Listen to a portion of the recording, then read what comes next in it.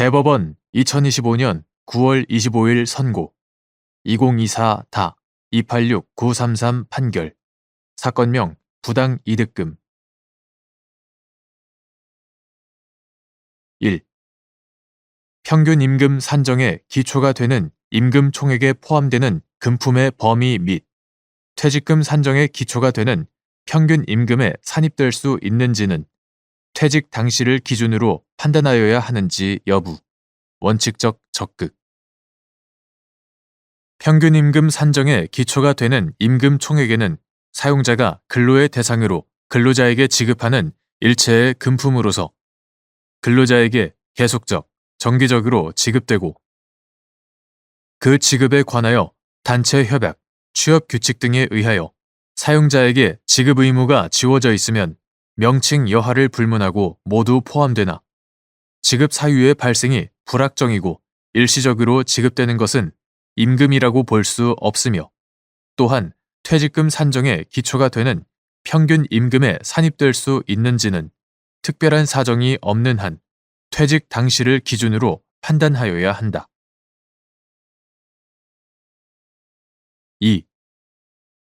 근로자의 퇴직을 즈음한 일정 기간 특수하고 우연한 사정으로 인한 임금액의 변동으로 근로기준법 등이 정한 원칙에 따라 산정한 평균 임금이 통상의 경우보다 현저하게 적거나 많은 경우 통상적인 생활임금을 반영할 수 있는 합리적이고 타당한 다른 방법으로 평균 임금을 따로 산정하여야 하는지 여부, 적극 및 향후 실적 달성을 전제로 일정 금액을 선지급받았다가 정산을 거치는 등의 비전형적인 임금 체계에 적용을 받는 근로자의 퇴직금을 산정할 때 고려하여야 할 사항.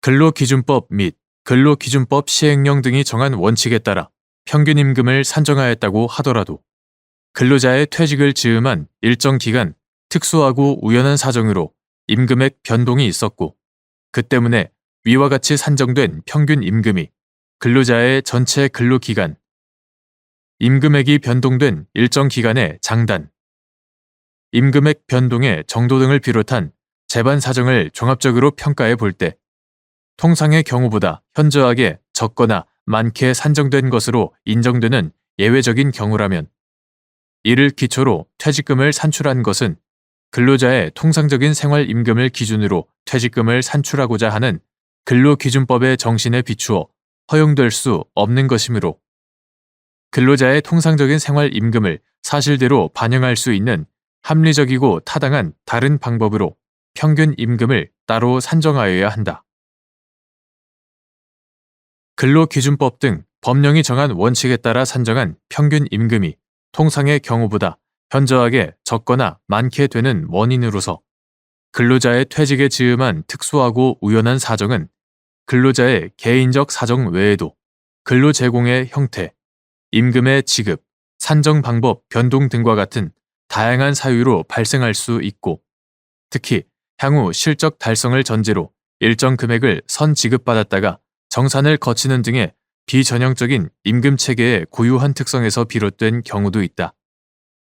따라서 그와 같은 임금 체계에 적용을 받는 근로자의 퇴직금을 산정함에 있어서는 근로자의 통상적인 생활임금을 사실대로 반영하려는 평균 임금 제도의 취지에 반하지 않도록 해당 임금 체계의 내용, 특성을 비롯한 근로관계의 실제를 고찰할 필요가 있다.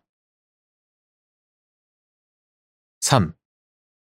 퇴직한 근로자가 최저임금에 미달하는 임금을 받아온 경우 퇴직금을 산정하는 방법.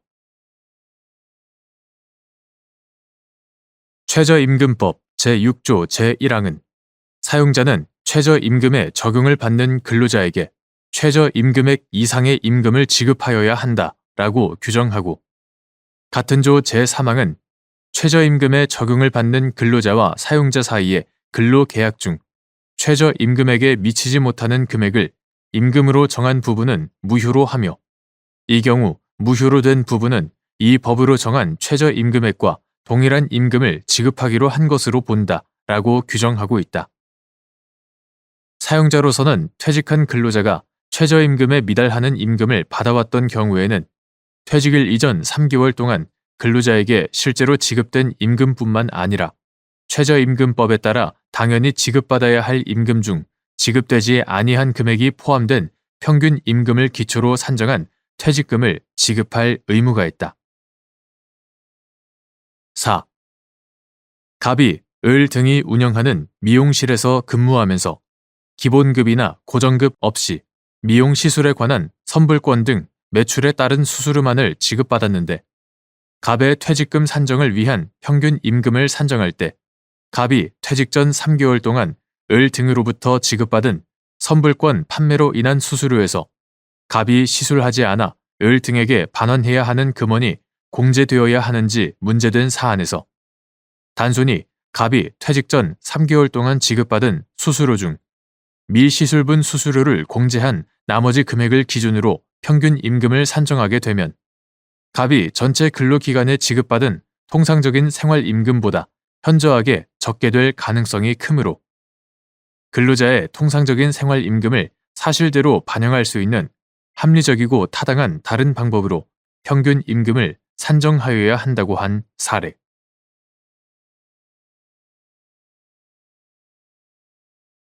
대법원 2025년 11월 18일자 2025마 7333 결정. 사건명 권리행사 최고 및 담보 취소.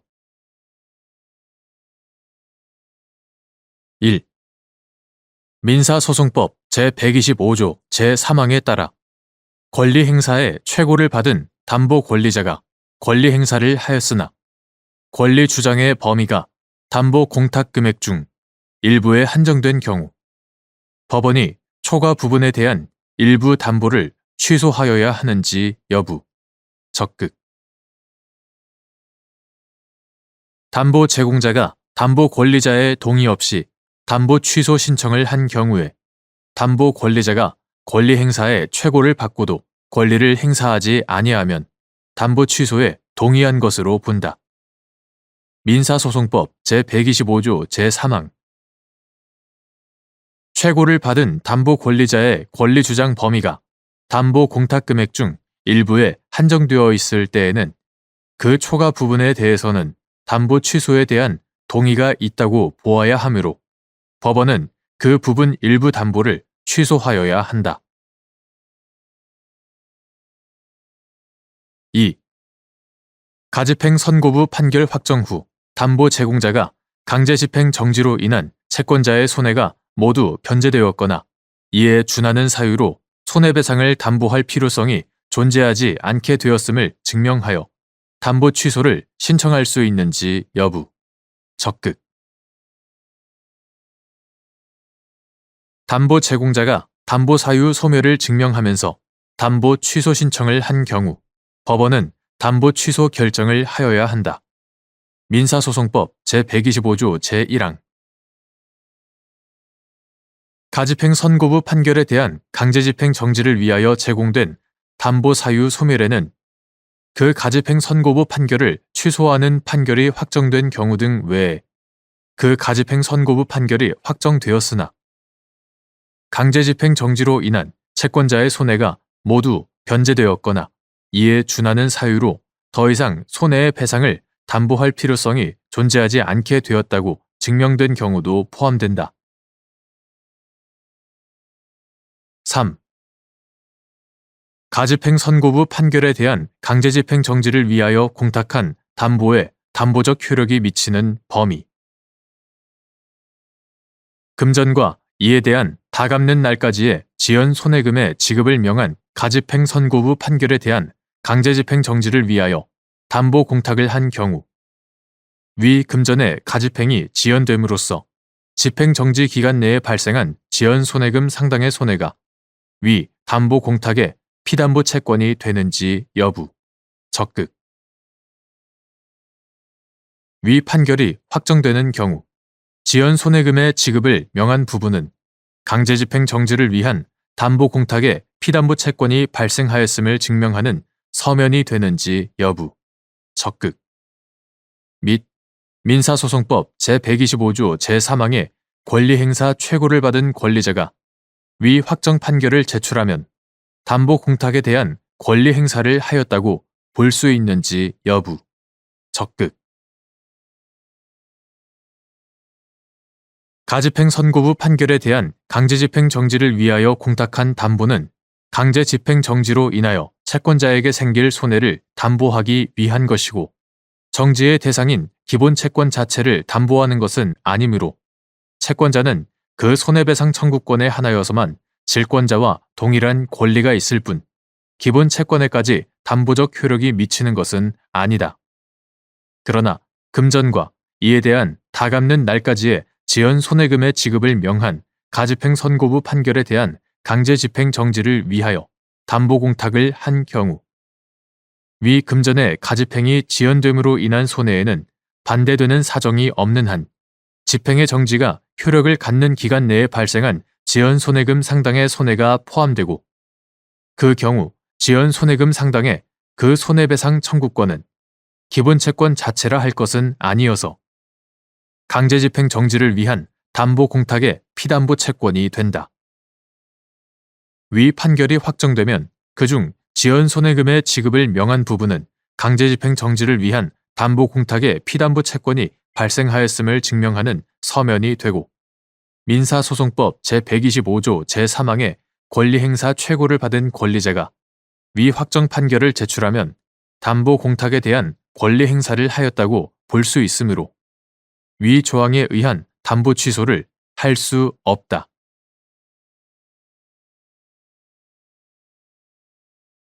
대법원 2025년 11월 20일 선고 2023다 209984 판결 사건명 구상금 1. 손해보험에서 보험의 목적물과 위험의 종류만이 정해져 있고 피보험자와 피보험 이익이 명확하지 않은 경우 피보험자를 결정하는 기준. 손해보험에서 보험의 목적물과 위험의 종류만이 정해져 있고 피보험자와 피보험 이익이 명확하지 않은 경우에 그 보험 계약이 보험 계약자 자신을 위한 것인지 아니면 타인을 위한 것인지는 보험 계약서 및 당사자가 보험 계약의 내용으로 삼은 약관의 내용, 당사자가 보험 계약을 체결하게 된 경위와 그 과정, 보험회사의 실무 처리 관행 등 여러 사정을 참작하여 결정하여야 한다. 2.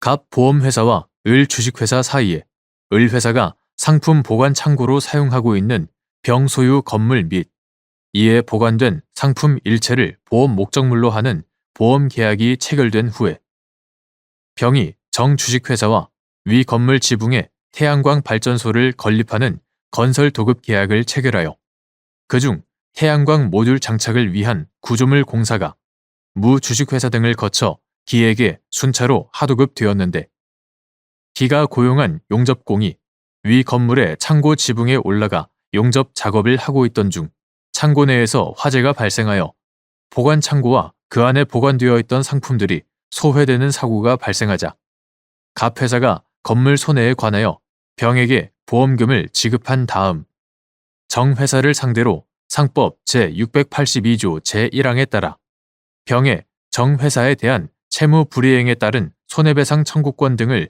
대위 행사한 사안에서 재반 사정에 비추어 위 보험 계약 중 건물 부분은 타인인 건물 소유자 병을 위한 보험 계약으로 볼 여지가 큰데도 이에 관한 심리를 제대로 하지 않은 채 위 건물 부분의 피보험자를 을 회사로 보아 갑 회사는 피보험자가 아닌 병의 정 회사에 대한 채무 불이행에 따른 손해배상 청구권을 대위 취득할 수 없다고 본 원심 판단에 법리 오해 등의 잘못이 있다고 한 사례.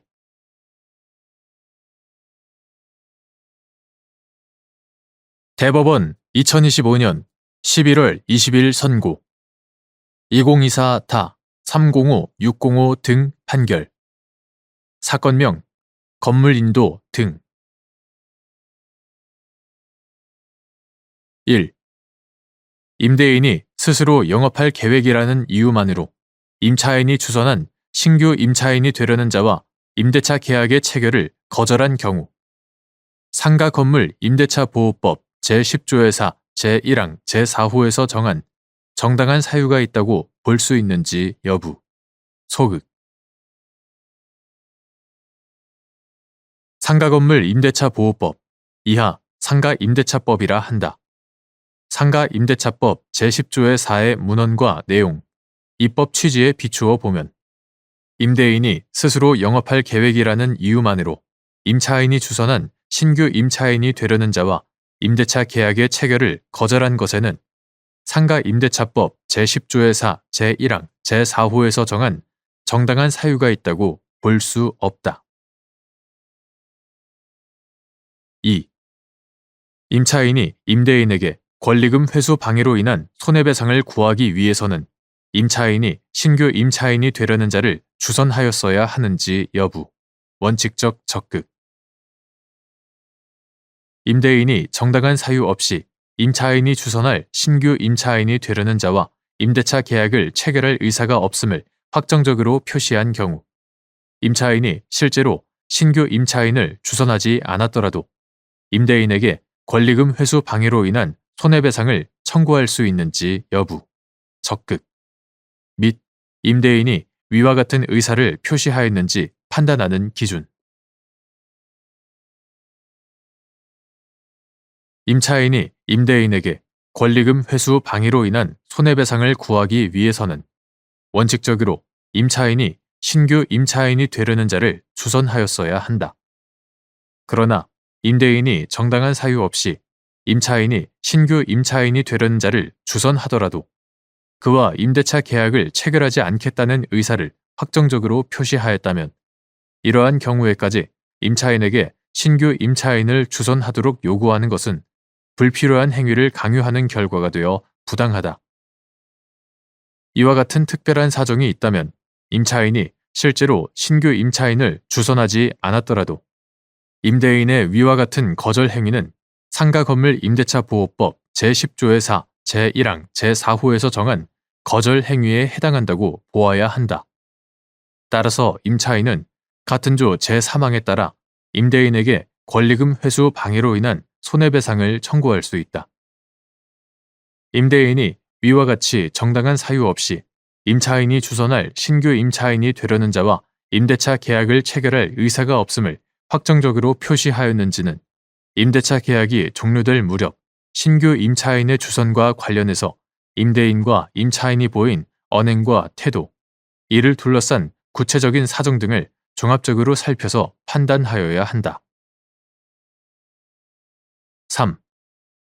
상가 임대인인 갑 등이 임차인인 을에게 재건축 필요성 등을 이유로 임대차 계약을 해지한다는 내용의 문자 메시지를 보낸 후 을을 상대로 임대차 계약 종료를 이유로 상가에 인도를 구하는 소를 제기하였고 그 후 을이 갑에게 권리금을 받기로 한 새로운 임차인이 있으니 새로운 임차인과 계약을 해줄 것을 요청하였으나 갑 등은 을에게 6개 도소매업을 운영하기 위해 상가를 인도받아야 한다는 내용의 손해배상 청구 예정 통지서를 발송하였고 이에 을이 갑 등을 상대로 권리금 회수기회 보호 의무 위반을 이유로 손해배상금의 지급을 구하는 반소를 제기한 사안에서 갑 등이 위 상가에서 직접 6개 도소매업을 운영할 계획이 있다는 이유만으로 을이 주선하고자 하는 신규 임차인과의 임대차 계약의 체결을 거절한 데에는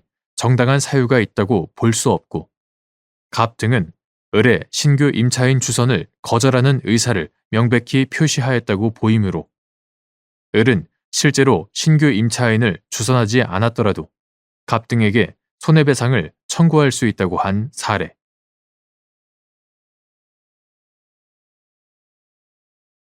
대법원 2025년 11월 20일 선고 2024다 324-200 판결 사건명 구상금 1. 상법 제682조 제1항에서 정한 제3자에 대한 보험 대위가 보험계약자 또는 피보험자 등의 제3자에 대한 손해배상 청구권이 있음을 전제로 하는지 여부. 적극. 상법 제682조 제1항은 제3자에 대한 보험 대위라는 표제하에 손해가 제3자의 행위로 인하여 발생한 경우에 보험금을 지급한 보험자는 그 지급한 금액의 한도에서 그 제3자에 대한 보험 계약자 또는 피보험자의 권리를 취득한다고 규정하고 있다. 이는 보험 계약자 또는 피보험자 등의 제3자에 대한 손해배상 청구권이 있음을 전제로 하여 보험자가 지급한 보험 금액의 한도에서 그 청구권을 취득한다는 취지이다. 2. 상법 제724조 제2항에 의하여 피해자에게 인정되는 직접 청구권의 법적 성질, 손해배상 채무의 중첩적 인수 및 이때 보험자의 손해배상 채무와 피보험자의 손해배상 채무의 관계, 연대 채무. 상법 제724조 제2항에 의하여 피해자에게 인정되는 직접 청구권의 법적 성질은 보험자가 피보험자의 피해자에 대한 손해배상 채무를 중첩적으로 인수한 결과 피해자가 보험자에 대하여 가지게 된 손해배상 청구권이고, 이에 따라 피해자에 대해 보험자가 지게 되는 손해배상 채무와 피보험자의 손해배상 채무는 모두 피해자에 대한 손해배상이라는 단일한 목적을 위하여 존재하는 것으로서 연대채무 관계에 있다. 3. 갑 보험회사가 을과는 을 소유의 건물 및 시설을 보험 목적물로 하는 보험계약, 소유자 보험계약. 보험계약을 위 건물을 임차하여 식자재 유통마트를 운영하는 병주식회사와는 위 건물 및 병회사 소유 시설 등을 보험 목적물로 하는 보험계약, 임차인 보험계약. 보험계약을 체결하였는데 이후 병회사 유통마트의 수산물 코너에서 화재가 발생하여 위 건물의 구조재 및 마감재 일체가 소손되는 사고가 발생하자 갑회사가 을에게 임차인 보험 계약에 따른 보험금, 임차인 보험금, 보험금과 소유자 보험 계약에 따른 보험금, 소유자 보험금, 보험금을 지급한 다음 병회사를 상대로 소유자 보험금 지급을 이유로 상법 제682조에 따라 보험자 대위권을 행사한 사안에서 재반 사정에 비추어 갑회사와 병회사 사이에 체결된 임차인 보험 계약에 병회사의 손해배상 책임을 보상하는 책임보험 계약이 포함되어 있다면 갑회사가 소유자 보험금 지급을 이유로 병회사에 대하여 보험자 대위권을 행사할 수 있다고 보기 어려운데도 임차인 보험 계약이 책임보험 계약을 포함하고 있는지, 만약 그렇다면 책임보험 계약에 따라 병회사가 화재 사고로 부담하는 배상 책임도 갑회사에 의하여 보상되는지 등에 관하여 제대로 심리하지 않은 채 갑회사가 병회사를 상대로 보험자 대위권을 행사할 수 있다고 본 원심 판단에 법리 오해 등의 잘못이 있다고 한 사례.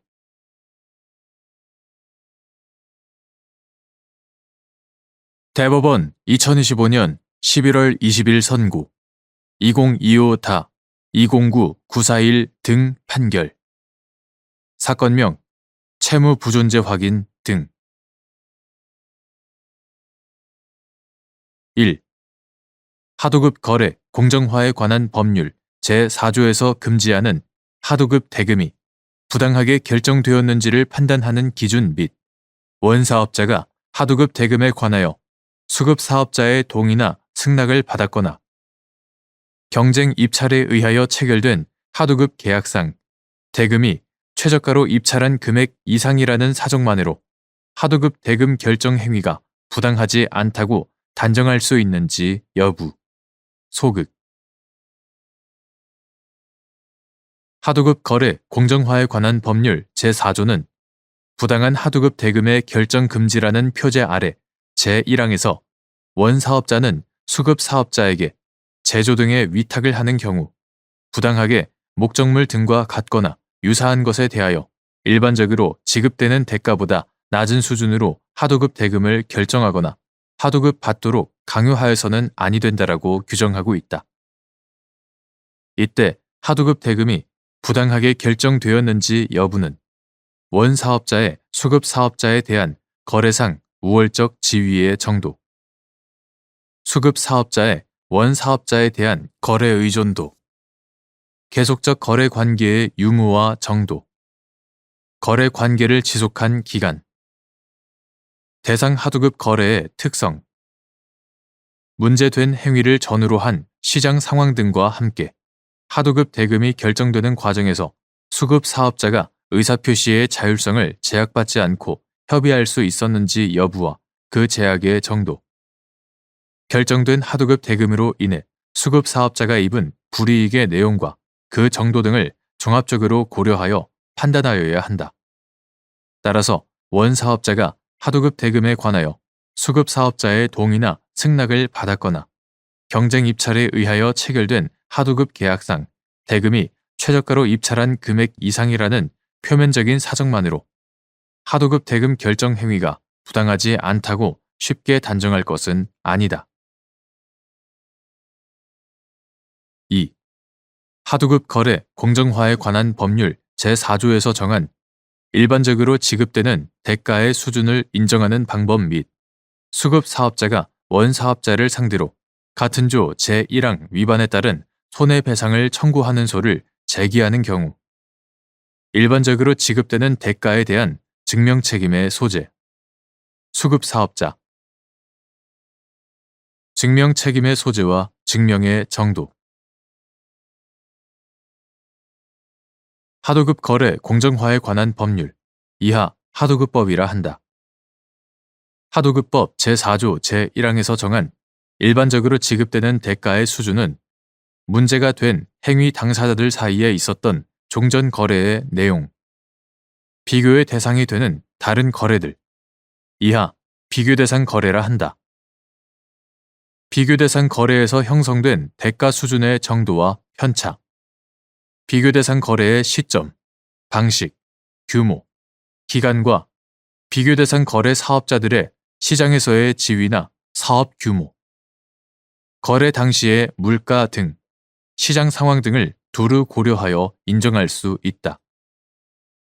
수급 사업자가 원 사업자를 상대로 하도급법 제4조 제1항 위반에 따른 손해배상을 청구하는 소를 제기하는 경우 일반적으로 지급되는 대가에 대한 증명 책임은 수급 사업자에게 있다. 다만 원 사업자와 수급 사업자가 대등한 지위에서 상호 보완하며 균형 있게 발전할 수 있도록 하려는 하도급법의 입법 취지와 그 실효성 확보가 요구되는 점 등을 고려하여 그 증명의 정도를 너무 엄격하게 요구할 것은 아니다. 3. 원 사업자가 발주자로부터 지급받았거나 지급받기로 한 계약 금액 중 하도급 부분에 상당하는 금액 또는 그 상당액의 일정 비율을 기준으로 하도급 거래 공정화에 관한 법률 제4조 제1항에 일반적으로 지급되는 대가보다 낮은 수준의 하도급 대금인지를 판단할 수 있는지 여부, 원칙적 소극 및 예외적으로 위와 같이 판단하는 것이 허용되는 경우 단순히 종전 거래의 내용이나 비교의 대상이 되는 다른 거래들, 이하 비교 대상 거래라 한다. 비교 대상 거래에 관한 증명이 어렵다는 사정만으로 원 사업자가 발주자로부터 지급받았거나 지급받기로 한 계약 금액 중 하도급 부분에 상당하는 금액 또는 그 상당액의 일정 비율을 기준으로 하도급 거래 공정화에 관한 법률, 이하 하도급법이라 한다. 하도급법 제4조 제1항에 일반적으로 지급되는 대가보다 낮은 수준의 하도급 대금인지 여부를 판단할 수는 없다. 그러나 종전 거래의 내용이나 비교 대상 거래를 찾는 것이 사실상 불가능한 것으로 보이는 상황에서 재반 사정에 비추어 원 사업자와 수급 사업자 사이에 적어도 계약 금액 중 하도급 부분에 상당하는 금액의 일정 비율 수준에서 하도급 계약이 체결되었을 것임이 인정되는 경우라면 예외적으로 그 비율에 따라 계산된 금액을 기준으로 그에 미달하는 하도급 대금이 하도급법 제4조 제1항에 일반적으로 지급되는 대가보다 낮은 수준의 하도급 대금임을 인정할 수 있다.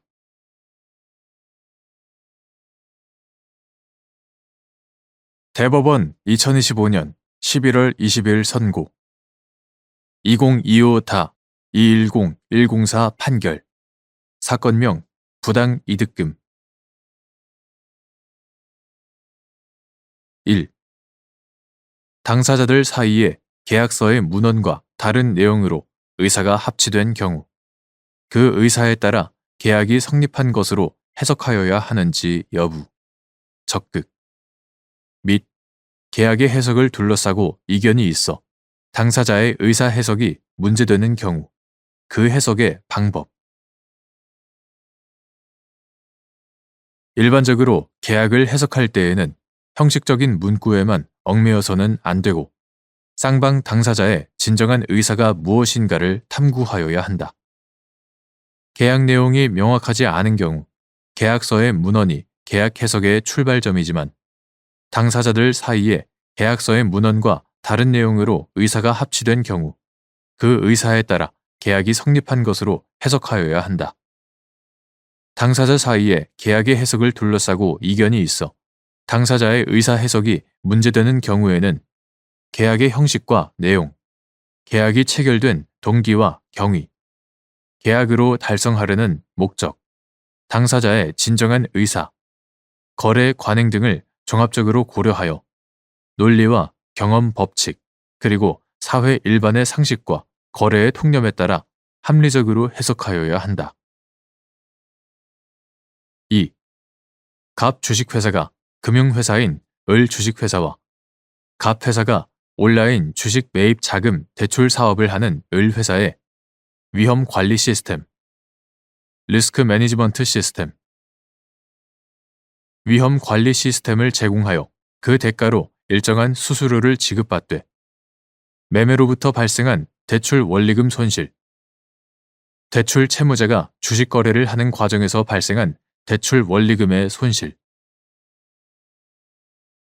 대출 원리금 손실 등은 갑 회사가 을 회사에 그 손실액 전액을 보전해 주어야 한다는 내용의 업무 제휴 협약을 체결하였고 이후 병 주식회사가 갑 회사의 권리 의무를 승계하였는데 을 회사가 증권 예탁 계좌를 담보로 정 등에게 주식 매입 자금을 대출하였다가 위 계좌에 입고되어 있던 담보 주식의 거래 정지로 대출 원리금 손실이 발생하자 병 회사가 이를 매매로부터 발생한 대출 원리금 손실로 보고 을 회사에 손실금을 지급하였다가 이후 이에 해당하지 않는다며 부당이득 반환을 구한 사안에서 매입 주식의 가치 하락으로 인한 손실과 구별하여 담보 주식의 가치 하락으로 인한 손실만을 가리켜 매매로부터 발생한 대출 원리금 손실에 해당하지 않는다고 볼 만한 합리적 근거가 없고 매매로부터 발생한 대출 원리금 손실에 대한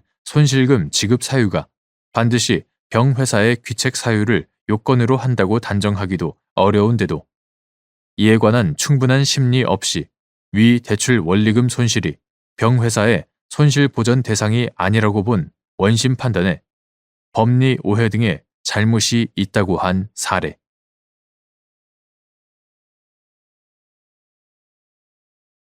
대법원 2025년 11월 20일 선고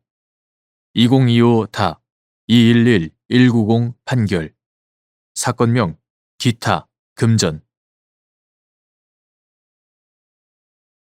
집합건물의 소유 및 관리에 관한 법률 제41조 제1항에서 정한 서면에 의한 합의의 성립 요건 비법인 사단인 관리단의 관리단 집회에서 관리단과 어느 구분 소유자와의 관계 사항을 결의하는 경우 민법 제74조에 따라 그 구분 소유자에게는 의결권이 없는지 여부, 적극 여기에서 말하는 관계 사항의 의미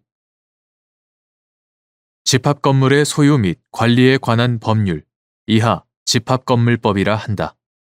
집합건물법 제41조 제1항은 관리단 집회에서 결의할 것으로 정해진 사항에 관하여 구분 소유자 및 의결권의 각각 4분의 3 이상의 서면에 의한 합의가 있으면 관리단 집회에 결의가 있는 것으로 본다고 규정한다. 집합건물법은 서면에 의한 합의의 절차나 시한, 합의서의 형식과 내용 등에 관하여 아무런 제한을 두지 않았으므로 서면 결의는 구분 소유자들이 구체적인 내용을 충분히 알고 합의함으로써 그대로 효력이 생긴다. 한편 비법인 사단에 대하여는 사단 법인에 관한 민법 규정 중 법인격을 전제로 하는 것을 제외한 규정들이 유추 적용되고 민법 제74조에서는 사단 법인과 어느 사원과의 관계 사항을 의결하는 경우 그 사원은 결의권이 없다고 정하고 있으므로 비법인 사단인 관리단의 관리단 집회에서 관리단과 어느 구분 소유자와의 관계 사항을 결의하는 경우 그 구분 소유자에게는 의결권이 없다고 보아야 한다.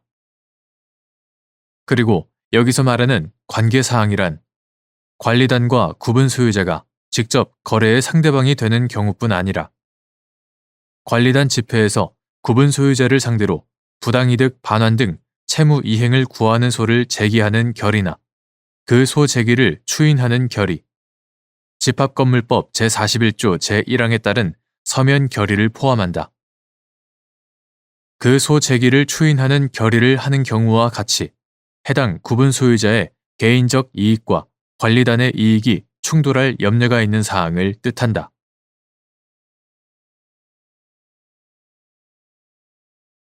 대법원 2025년 12월 4일 선고 2022다 299-829 판결 사건명 물품 대금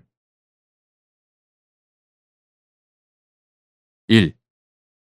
채무자의 제3채무자에 대한 채권에 관하여 추심명령이 있는 경우 채무자가 피압류 채권에 관한 이행의 소를 제기할 당사자 적격을 상실하는지 여부 소극 채무자의 제3채무자에 대한 채권에 관하여 추심명령이 있더라도 채무자는 제3채무자를 상대로 피압류 채권에 관한 이행의 소를 제기할 당사자 적격을 상실하지 않는다. 2. 추심명령을 받은 채권자가 일종의 추심기관으로서 채무자를 위하여 추심소송에서 받은 확정 판결의 기판력이 소송 결과에 관계없이 채무자에게 미치는지 여부 적극 및 승소 확정 판결의 기판력이 미치는 자가 전소의 상대방을 상대로 전소와 동일한 청구의 소를 제기하는 경우 후소의 권리 보호에 이익이 있는지 여부 소극 확정 판결 기판력의 존부는 직권조사 사항인지 여부 적극 추심명령을 받은 채권자가 일종의 추심기관으로서 채무자를 위하여 추심소송에서 받은 확정 판결의 기판력은 소송 결과에 관계없이 채무자에게 미친다. 민사소송법 제218조 제3항 승소 확정 판결의 기판력이 미치는 자가 전소의 상대방을 상대로 다시 승소 확정 판결을 받은 전소와 동일한 청구의 소를 제기하는 경우 후소는 권리 보호에 이익이 없어 부적법하다. 확정 판결 기판력의 존부는 직권조사 사항이므로 당사자의 주장이 없더라도 법원이 이를 직권으로 조사하여 판단하여야 한다.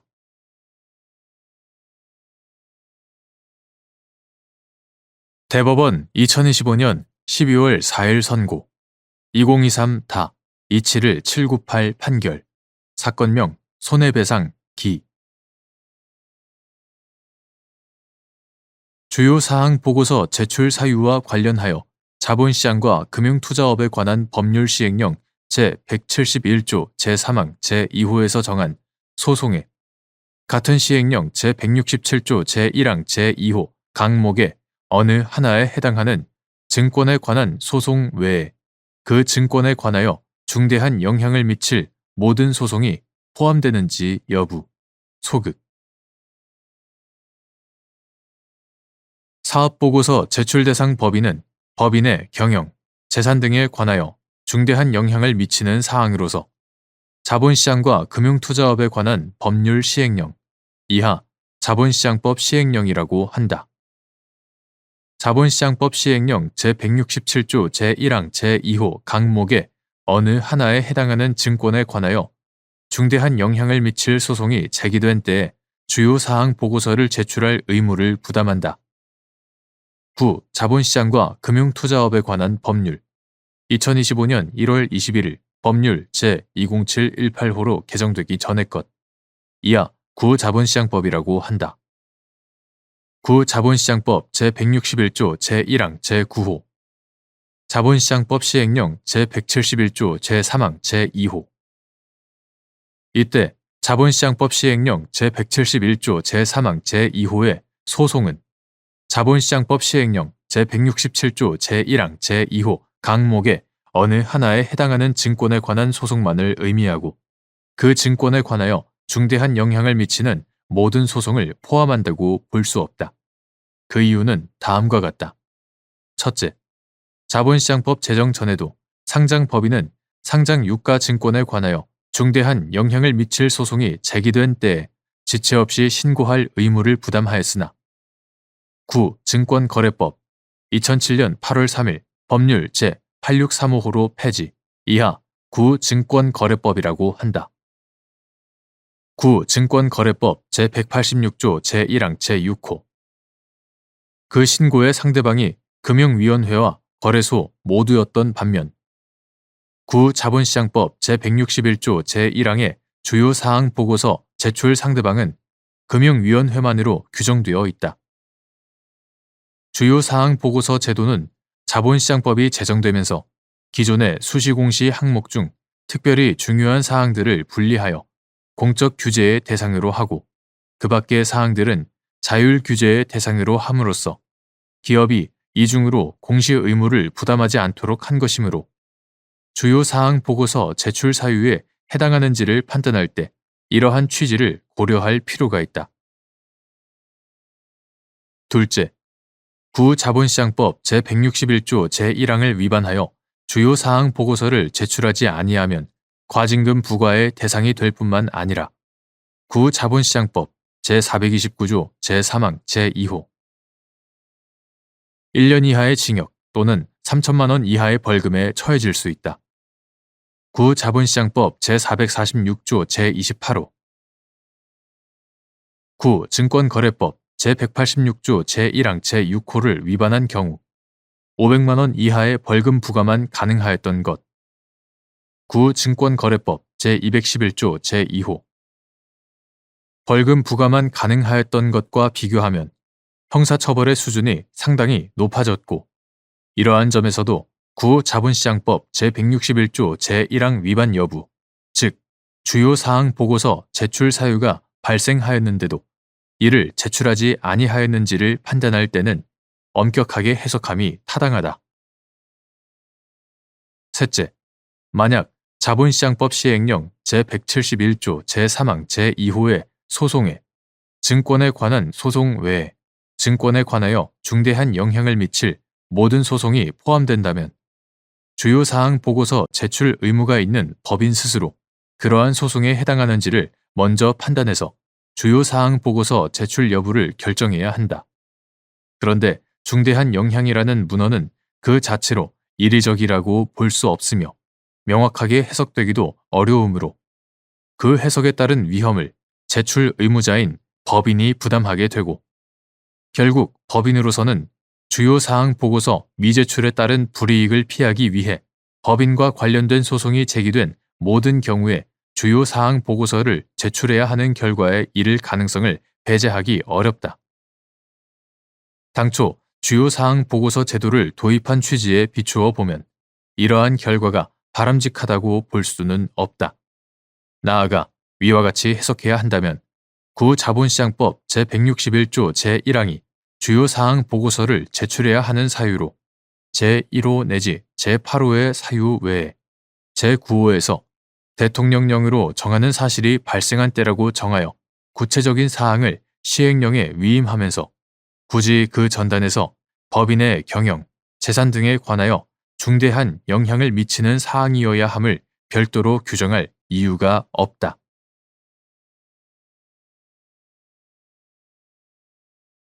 대법원 2025년 12월 4일 선고 2023다 306-885 판결 사건명 양수금 주 채무자에 대한 파산 선고 전에 파산 채권에 기하여 파산재단에 속하는 재산에 대하여 행하여진 채권 압류 등의 강제 집행에 따라 채권자의 보증인에 대한 보증채권의 소멸시효가 중단된 경우 주 채무자에 대한 파산 절차가 종료된 때 시효 중단 사유가 종료되고 그때부터 소멸시효가 새로이 진행하는지 여부 원칙적 적극 주 채무자에 대한 파산 선고 전에 파산 채권에 기하여 파산재단에 속하는 재산에 대하여 행하여진 채권 압류 등의 강제 집행에 따라 소멸시효가 중단되었던 채권자의 보증인에 대한 보증채권은 파산 선고 후 파산이 취소되거나 파산 선고와 동시에 파산 폐지 결정이 이루어지는 경우와 같은 특별한 사정이 없는 한 주 채무자에 대한 파산 절차가 종료된 때 그 시효 중단 사유가 종료되고 그때부터 소멸시효가 새로이 진행한다. 그 이유는 다음과 같다. 첫째, 채무자 회생 및 파산에 관한 법률 이하 채무자 회생법이라 한다. 채무자 회생법 제348조 제1항 본문은 파산채권에 기하여 파산재단에 속하는 재산에 대하여 행하여진 강제 집행, 가압류 또는 가처분은 파산재단에 대하여는 그 효력을 잃는다라고 규정하고 있다. 이는 관련 당사자 간의 모든 관계에서 강제 집행, 집행 보전 행위가 절대적으로 무효가 된다는 것이 아니라 파산재단에 대한 관계에서만 상대적으로 무효가 된다는 의미로 해석된다.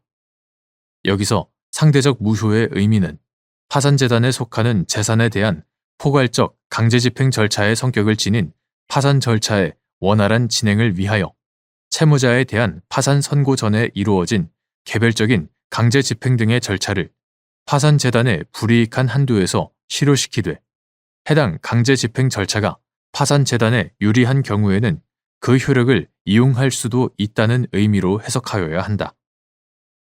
후자의 의미는 채무자 회생법 제348조 제1항 단서에서 파산관제인은 파산재단을 위하여 강제집행 절차를 속행할 수 있다라고 규정하고 있는 점에서도 확인된다. 둘째, 채무자 회생법에서 파산 선고 당시에 가진 채무자의 모든 재산을 파산재단에 귀속시키고 법 제382조 제1항 그에 대한 관리, 처분의 권한을 파산관제인에게 부여하는 한편 법 제384조 채무자에 대하여 파산 선고 전의 원인으로 생긴 재산상의 청구권인 파산채권은 파산 절차에 의해서만 행사하도록 법 제423조, 제424조 파산 절차에 의해서만 행사하도록 하는 등 파산 선고 이후 채권자의 개별적인 권리 행사를 제한하는 것은 포괄적 강제집행 절차로서 파산 절차의 특성을 반영한 것이고 파산 선고 전에 이미 이루어진 강제집행 등이 파산재단에 대하여 효력을 잃도록 한 법 제348조 제1항 본문 효력을 잃도록 한 취지 또한 그 연장선에 있다. 이는 궁극적으로 파산재단의 관리 처분권을 파산관제인의 공정, 타당한 정리에 일임함으로써 채권자 전체의 이익을 극대화하고 채권자 사이에 공평한 배분이 이루어지게 하려는 조치이고 파산 선고 전에 압류 등 개별적 권리 행사에 의하여 이미 발생한 소멸시효 중단의 효력에 영향을 미치기 위한 것으로 보기 어렵다. 위와 같이 파산 선고 전 강제 집행 등에 대하여 채무자 회생법 제348조 제1항 본문에 따라 발생한 효력 상실의 상대성, 다수 채권자의 평등한 만족을 위하여 마련된 포괄적 강제집행 절차의 성격을 갖는 파산 절차의 특성과 함께 압류에 대하여 시효 중단의 효력을 부여하는 것은 강제집행 그 자체로부터 도출되는 효력이라기보다는 채권자가 자신의 권리를 행사하였다는 측면에 있다는 점을 고려하면 주 채무자에 대한 파산 선고 전에 파산 채권에 기하여 파산 재단에 속하는 재산에 대하여 행하여진 채권 압류 등의 강제 집행에 따라 파산 채권 또는 그 보증 채권에 대한 소멸시효가 일단 중단된 이상 그 이후에 주 채무자에 대한 파산 선고가 이루어졌다 하더라도 채권자의 개별적 권리 행사가 제한되는 것을 넘어 파산 선고라는 사실 자체만으로 기왕에 발생한 소멸시효 중단의 효력이 상실되거나 소멸시효가 바로 재진행한다고 볼 수 없다. 셋째, 소멸시효의 중단 사유 중 압류에 의한 시효 중단의 효력은 압류가 해제되거나 집행 절차가 종료될 때 중단 사유가 종료된다.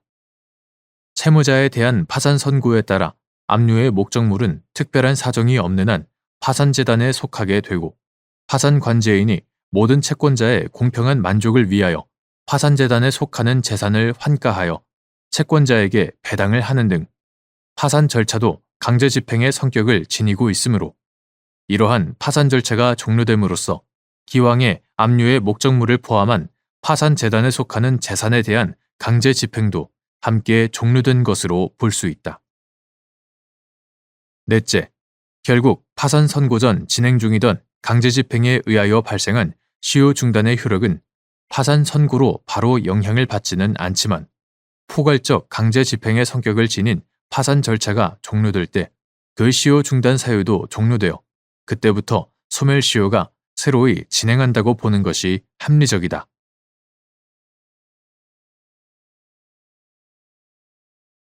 대법원 2025년 12월 4일 선고 2023다 311-184 판결 사건명 손해배상 기 1.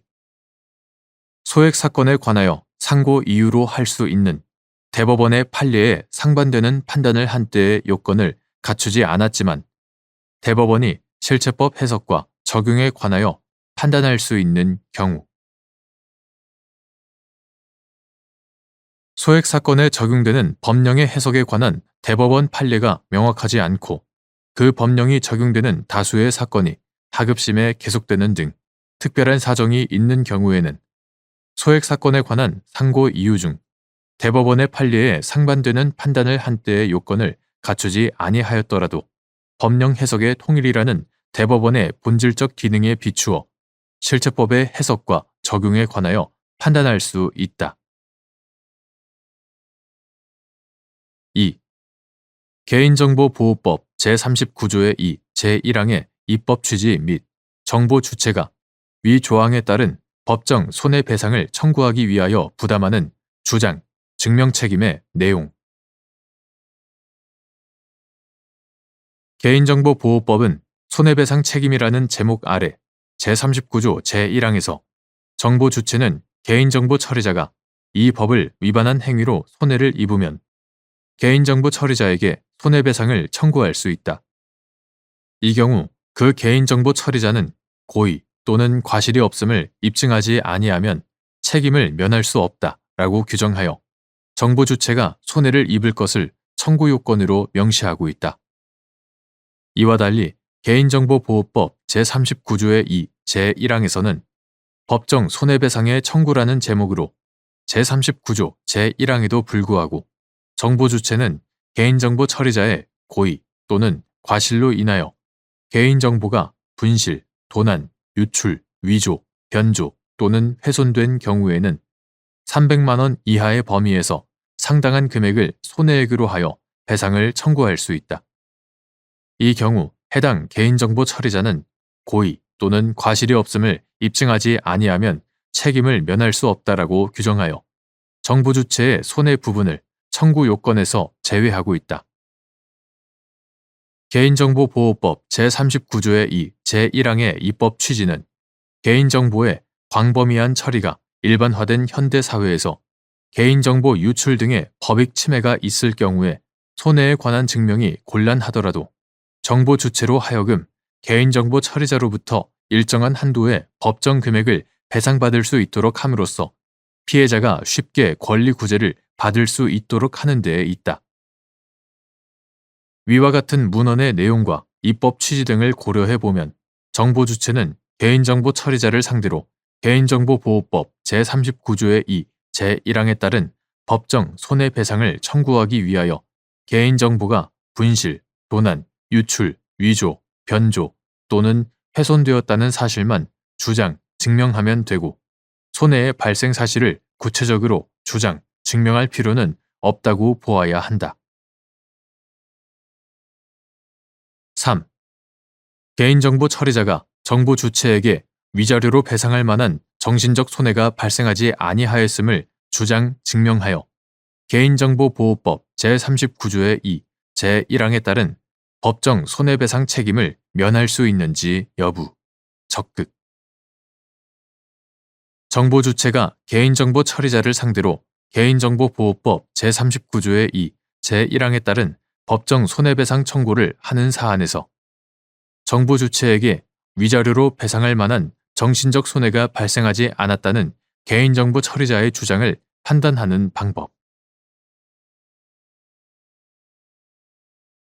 손해가 발생하지 않은 것이 분명한 경우까지 손해배상 의무를 인정하려는 것이 개인정보보호법 제39조의 2, 제1항의 취지는 아니므로 정보 주체가 위자료 배상을 청구하는 경우 개인정보 처리자로서는 정보 주체에 위자료로 배상할 만한 정신적 손해가 발생하지 아니하였음을 주장, 증명함으로써 위 규정에 따른 법정 손해배상 책임을 면할 수 있다. 나아가 개인정보 처리자가 처리하는 개인정보가 정보 주체의 의사에 반하여 유출되어 이를 이유로 개인정보보호법 제39조의 2에 따른 법정 손해배상 청구를 하는 사안에서 그러한 유출로 정부 주체에게 위자료로 배상할 만한 정신적 손해가 발생한 것은 아니라는 개인정보 처리자의 주장을 판단할 때에는 유출된 개인정보의 종류와 성격, 개인정보 유출로 정보 주체를 식별할 가능성이 발생하였는지, 제3자가 유출된 개인정보를 열람하였는지 또는 장래의 열람 가능성 유무, 유출된 개인정보의 확산 범위, 개인정보 유출로 추가적인 법익 침해 가능성이 발생하였는지, 개인정보 처리자의 개인정보 관리 상황과 개인정보 유출의 경위, 개인정보 유출로 인한 피해 발생 및 확산을 방지하기 위하여 취해진 조치의 내용 등 여러 사정을 종합적으로 고려하여 구체적 사건에 따라 개별적으로 판단하되 손해에 관한 증명 없이 피해자의 권리 구제가 가능하게 하려는 법정 손해배상 제도의 취지가 형해화되지 않도록 주의하여야 한다.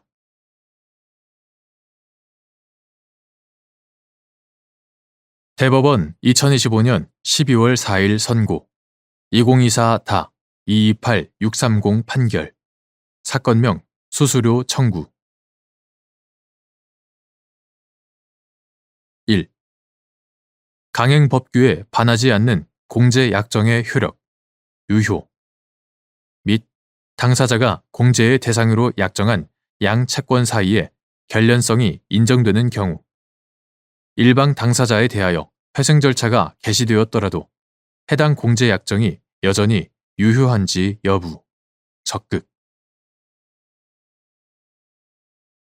계약 자유의 원칙에 따라 당사자는 강행 규정에 반하지 않는 한 공제에 관한 약정을 할 수 있고 공제의 요건을 어떻게 설정할 것인지, 기준 시점을 언제로 할 것인지, 공제의 의사표시가 별도로 필요한지 등을 자유롭게 정하여 당사자 사이에 그 효력을 발생시킬 수 있다. 당사자가 공제의 대상으로 약정한 양 채권 사이의 결련성이 인정된다면 일방 당사자에 대하여 채무자 회생 및 파산에 관한 법률에서 정한 회생 절차가 개시된 경우라 하더라도 그 약정에 따라 공제를 허용하는 것이 회생 채권자 등의 상계를 금지하고 예외적으로만 허용하는 강행 규정인 같은 법 제145조의 취지를 잠탈한다고 볼 수 없으므로 해당 공제 약정은 여전히 유효하다. 2. 갑 주식회사와 을 주식회사가 갑회사로 하여금 을 회사가 판매하는 상품의 공급 계약 체결을 중개하게 하고 을 회사는 갑 회사에 수수료를 지급하기로 하는 위탁 판매 계약을 체결하면서 갑 회사의 중개로 체결된 상품 공급 계약이 해지되거나 연체되었을 경우 을 회사는 갑 회사에 지급한 수수료를 환수하고 환수금이 을 회사가 지급할 위탁 수수료보다 많을 경우에는 당월 위탁 수수료 지급액에서 전액 환수 후 미환수 금액을 이월하거나 이행 지급 보증 보험을 청구할 수 있다고 정하였는데 갑 회사가 을 회사를 상대로 위탁 수수료 등의 지급을 구하는 소송 계속 중에 갑 회사에 대하여 회생 개시 결정이 내려졌고 갑 회사에 대한 회생 절차가 종결된 후 을 회사가 월 불입금 연체 및 계약 실효로 인한 환수금이 갑 회사에 지급할 수수료에서 추가로 공제되어야 한다고 주장한 사안에서 월 불입금 연체 및 계약 실효로 인한 을 회사의 환수금 채권은 회생계획 인가 결정이 있기 전에 이미 공제의 요건을 충족함으로써 정해진 기준 시점에 공제의 효과가 발생하였을 가능성이 크고 이를 을 회사가 회생 채권으로 신고하지 않았다는 이유만으로 공제 약정에 따른 위탁 수수료 지급 채무와 수수료 반환 채무 소멸의 효과가 달라진다고 볼 수 없다고 한 사례.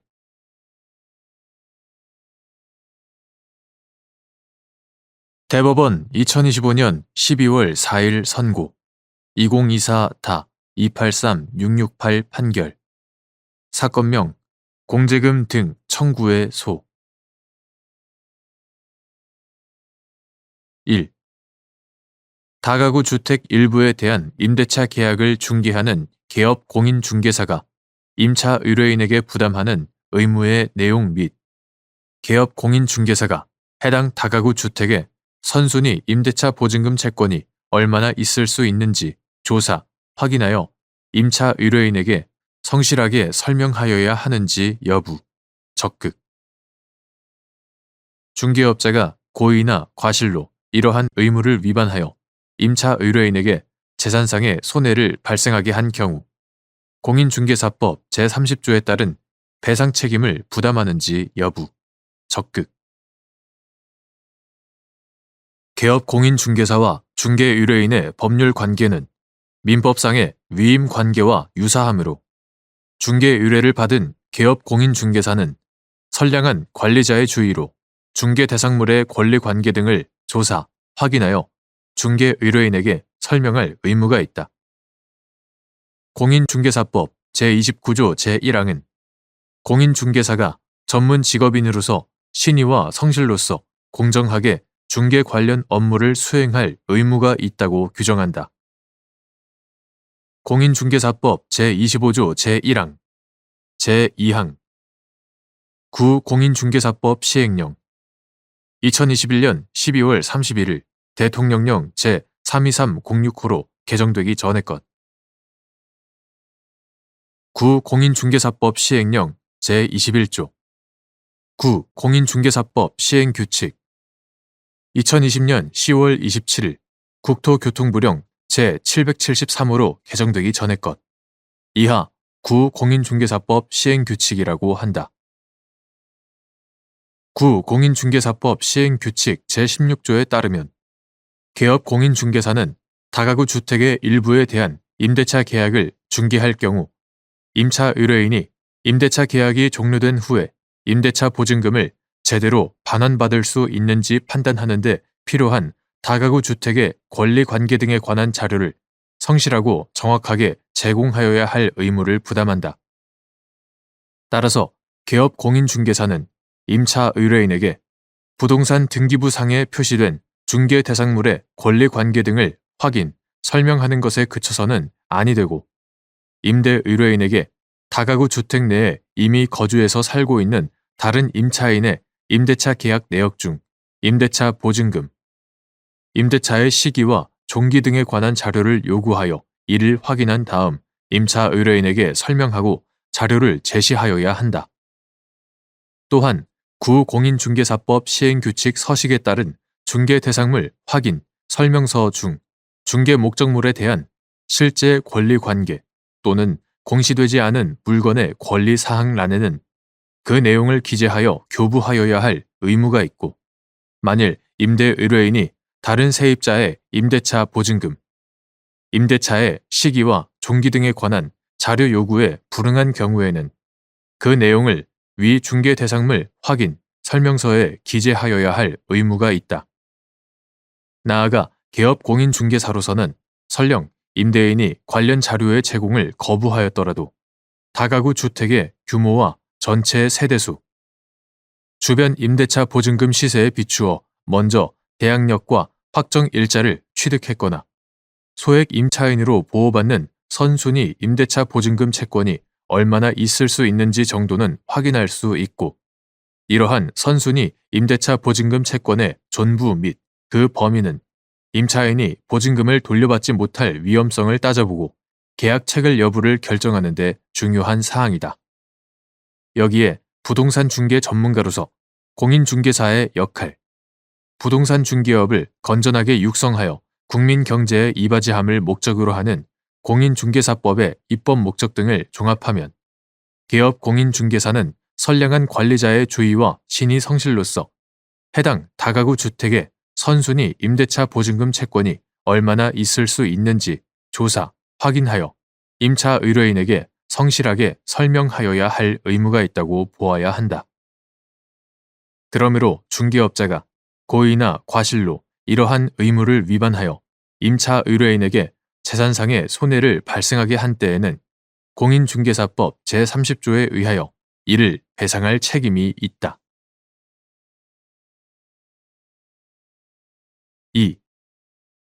개업 공인중개사인 갑이 을의 다가구 주택 임대차 계약을 중개하면서 을에게 교부한 중개대상물 확인 설명서 중 권리관계란에는 근저당권에 관한 사항이 기재되어 있고, 실제 권리관계 또는 공시되지 않은 물건의 권리사항란에는 임대인의 자료제출 불응으로 선순위 다수 있음을 구두로 설명함이라고 기재되어 있었는데, 그 후 위 다가구 주택 등에 대한 경매 절차에서 선순위 채권자들이 우선 배당받은 결과 을이 전혀 배당을 받지 못한 사안에서 갑이 선순위 임대차 보증금 채권이 얼마나 있을 수 있는지 조사, 확인하여 을에게 설명하지 않았으므로 개업 공인중개사로서 준수하여야 할 선량한 관리자의 주의 의무를 다하였다고 볼 수 없다고 한 사례.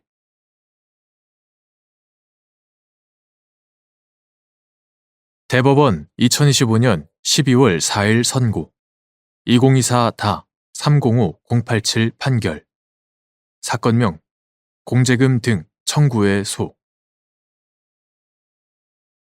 1. 개업 공인중개사의 중개 대상물에 대한 확인, 설명 의무의 내용과 방법 및 공인중개사 법령에서 이를 상세히 정한 취지. 9. 공인중개사법 2020년 6월 9일 법률 제17453호로 개정되기 전의 것. 9. 공인중개사법 제25조 9. 공인중개사법 시행령 2020년 2월 18일 대통령령 제30427호로 개정되기 전의 것. 9. 공인중개사법 시행령 제21조 공인중개사법 시행규칙 제16조에 의하면 개업 공인중개사는 중개를 의뢰받은 경우에는 중개가 완성되기 전에 중개 대상물의 종류, 소재지, 지번, 지목, 면적, 용도, 구조 및 건축 연도 등 중개 대상물에 관한 기본적인 사항과 소유권, 전세권, 저당권, 지상권 및 임차권 등 중개 대상물의 권리 관계에 관한 사항 등을 확인하여 이를 해당 중개 대상물에 관한 권리를 취득하고자 하는 중개 의뢰인에게 성실, 정확하게 설명하고 설명의 근거 자료를 제시하여야 하며 그 확인, 설명을 위하여 필요한 경우에는 중개 대상물의 매도 의뢰인, 임대 의뢰인 등에게 해당 중개 대상물의 상태에 관한 자료를 요구할 수 있다. 그리고 중개가 완성되어 거래계약서를 작성하는 때에는 위 확인, 설명 사항을 공인중개사법 시행규칙 제16조에서 정한 서식에 따른 중개 대상물 확인 설명서에 기재하여 거래 당사자에게 교부하여야 한다. 중개대상물 확인 설명서의 서식에는 중개대상물의 권리관계 외에 실제 권리관계 또는 공시되지 않은 물건의 권리사항을 기재하도록 되어 있다. 또한 매도 의뢰인, 임대 의뢰인 등이 중개대상물의 상태에 관한 자료 요구에 불응한 경우에는 그 사실을 매수 의뢰인, 임차 의뢰인 등에게 설명하고 중개대상물 확인 설명서에 기재하여야 한다. 이와 같이 개업 공인중개사의 중개대상물에 대한 확인, 설명 의무의 내용과 방법을 상세히 정한 것은 공정하고 투명한 부동산 거래 질서를 확립하여 국민의 재산권을 보호하는 데 그 입법 취지가 있다. 2. 공동저당권에 관한 민법 제368조가 공동근저당권의 경우에도 적용되는지 여부, 적극 및 같은 조 제1항에서 정한 각 부동산의 경매 대가의 의미, 매각대금에서 해당 부동산이 부담할 경매 비용과 선순위 채권액을 공제한 잔액, 공동저당권 또는 공동근저당권의 목적 부동산인 임차주택의 경매 대가는 매각대금에서 주택임대차 보호법에 따른 선순위 임대차 보증금이나 소액보증금 등을 공제하여 산정하게 되는지 여부, 적극 민법 제368조 제1항은 공동저당권의 목적 부동산의 경매대가 배당에 관하여 동일한 채권의 담보로 수개의 부동산의 저당권을 설정한 경우에 그 부동산의 경매대가를 동시에 배당하는 때에는 각 부동산의 경매대가에 비례하여 그 채권의 분담을 정한다라고 규정하고 있고, 같은 조 제2항은 공동저당권의 목적 부동산 중 일부의 경매대가를 먼저 배당하는 이른바 이시배당의 경우에도 그 최종적인 배당 결과가 제1항에 따른 동시배당의 경우와 같게 하도록 규정하고 있다. 이러한 민법 제368조는 공동근저당권의 경우에도 적용된다. 여기서 각 부동산의 경매대가란 매각대금에서 해당 부동산이 부담할 경매 비용과 선순위 채권액을 공제한 잔액을 말한다. 한편 주택임대차 보호법상 임차인은 대항 요건과 확정일자를 갖춘 경우에는 임차주택의 환가대금에서 그 후순위 저당권보다 우선하여 임대차 보증금을 변제받을 권리가 있고, 주택임대차보호법 제3조의 2, 제2항 소액보증금에 관해서는 위 환가대금에서 저당권보다 우선하여 그 소액보증금을 변제받을 권리가 있다. 주택임대차보호법 제8조 그러므로 공동저당권 또는 공동근저당권의 목적 부동산인 임차주택의 경매대가는 매각대금에서 위와 같은 선순위 임대차 보증금이나 소액보증금 등을 공제하여 산정하게 된다. 3.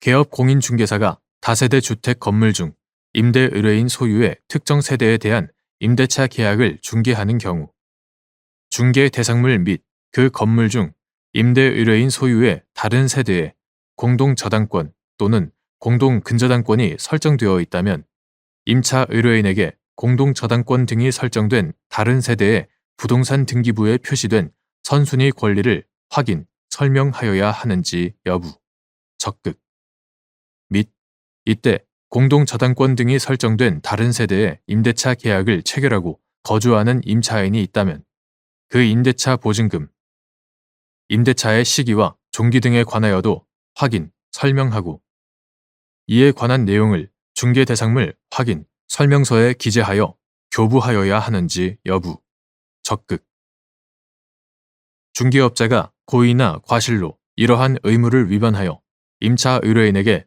재산상의 손해를 발생하게 한 경우 공인중개사법 제30조에 따른 배상 책임을 부담하는지 여부, 적극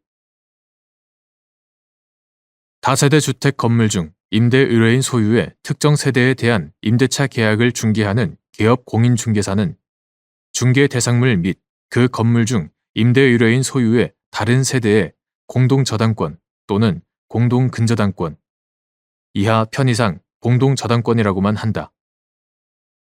공동저당권이 설정되어 있는 경우 민법 제368조에 따라 중개대상물의 경매대가 중 중개대상물이 분담할 피담보 채권액을 제외한 나머지 부분을 통하여 임차 의뢰인이 임대차 보증금을 제대로 회수할 수 있는지 판단하는 데 필요한 중개대상물의 권리관계 등에 관한 정보나 자료를 성실하고 정확하게 제공할 의무가 있다.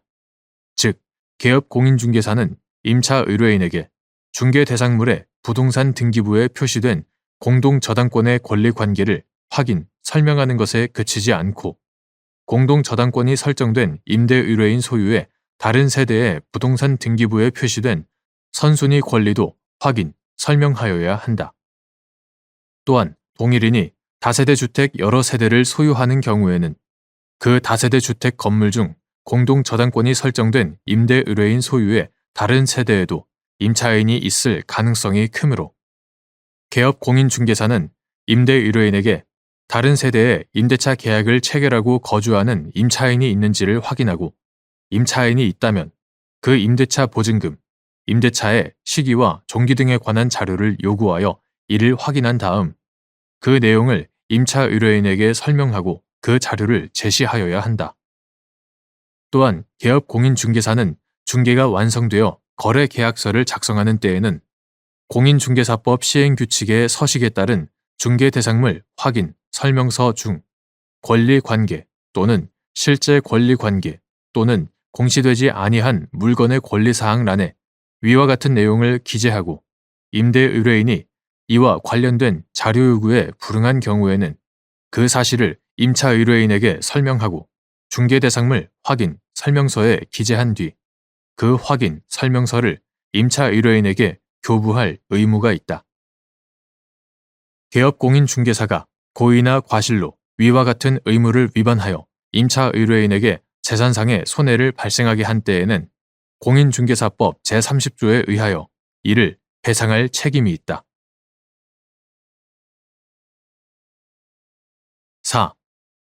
갑이 다세대 주택 등으로 이루어진 집합 건물을 건축한 다음 위 건물의 구분 건물 23개를 공동담보로 하여 근저당권을 설정하였고 그 후 을 법인 등의 구분 건물 각 호실을 임대하였는데 개업공인중개사인 병이 위 임대차 계약을 중개하면서 작성한 중개대상물 확인 설명서에는 중개대상물이 공동주택이 아닌 단독주택으로 표시되어 있고 권리관계란에 중개대상물에 근저당권이 설정되어 있다는 내용이 기재되어 있으며 실제 권리관계 또는 공시되지 않은 물건의 권리사항란은 비어 있었고 이후 공동근저당권이 설정된 위 23개 구분 건물들에 대한 임의 경매 절차에서 소액보증금 최우선 변제권을 보유한 임차인들과 근저당권자 등에게 우선 배당된 결과 을 법인 등이 임대차 보증금 전부 또는 일부를 회수하지 못하게 된 사안에서 병은 공동근저당권이 설정된 다른 구분 건물의 부동산 등기부에 표시된 선순위 권리를 비롯하여 구분 건물별로 임차인의 존부, 임대차 보증금, 임대차의 시기와 종기 등에 관한 내용을 확인하여 을 법인 등에 설명하지 않았으므로 개업공인중개사로서의 확인, 설명 의무를 위반하였다고 볼 여지가 크다고 한 사례.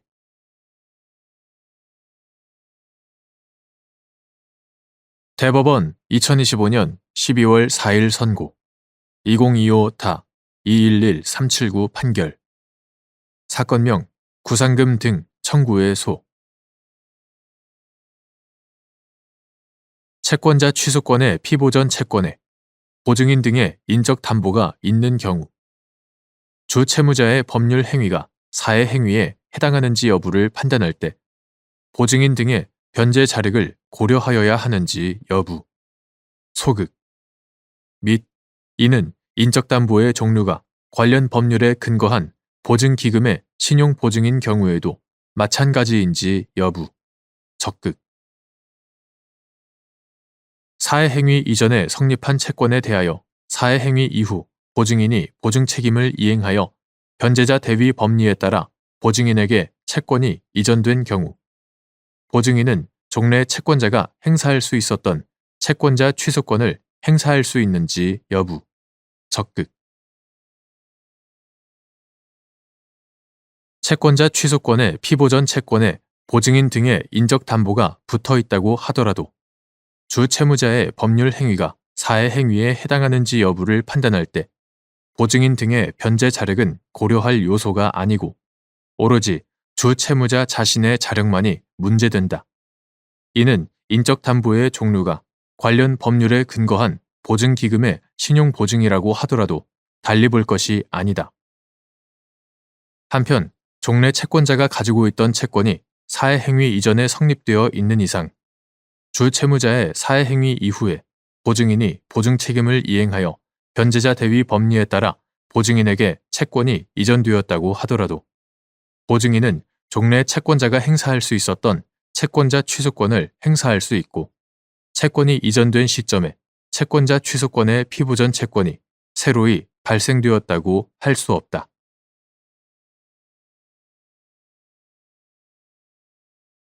대법원 2025년 12월 4일 선고 2025-213-134 판결 사건명 하자 보수비 등